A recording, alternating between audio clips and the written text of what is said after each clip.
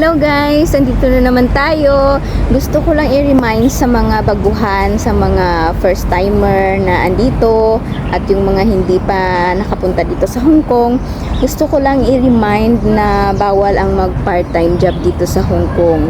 Yes, kung mahuli kayo, pwede kayong makulong dito sa Hong Kong.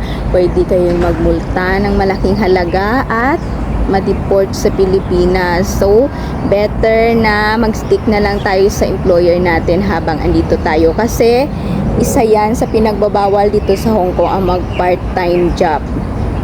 Tulad na lang ng nangyari dito sa mga kabayan natin sa balita. Mga nahuling mga Indonesian at Filipinos na illegal employment dito sa Hong Kong. Ano guys, nagpa-part-time job sila sa restaurant, naghuhugas sila ng mga plato doon, dishwasher. Timing na nag-raid yung mga pulis, nahuli sila.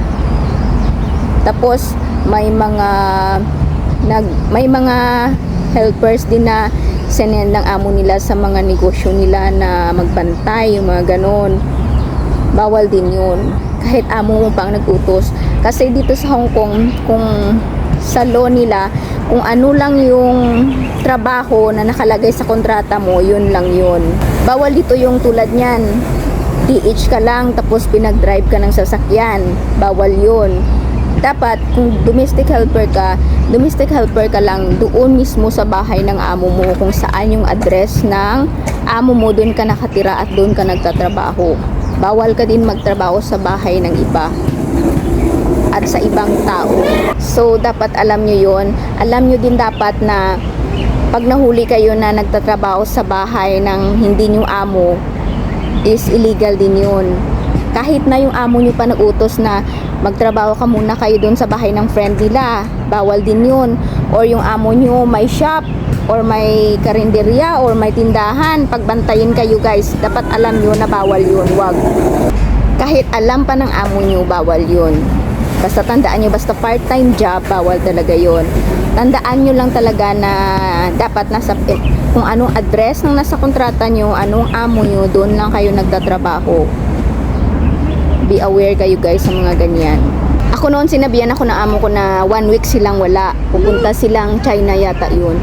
Tapos gusto nila, doon muna ako sa bahay ng friend nila. Hindi ako pumayag guys, kasi alam ko pag nahuli ako, lagot ako. Hindi pwede yun. So, hindi ako pumayag. So, yung amo ko walang magagawa kasi alam din nila na bawal yun.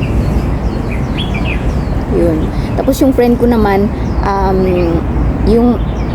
yung kaibigan ng amo niya walang magbabantay sa aso kasi magbabakasyon. Siya yung pababantayan doon. Hindi rin siya pumayag kasi bawal yun. Tapos may mga nahuli din na naglalako ng mga damit, mga ganun, bawal yun. Kaya mag-ingat yung mga naglalako. At saka wag na lang para iwas trouble. May mga nahuli nung nakaraan na naglalako ng mga damit doon sa Central, na timingan ng mga pulis.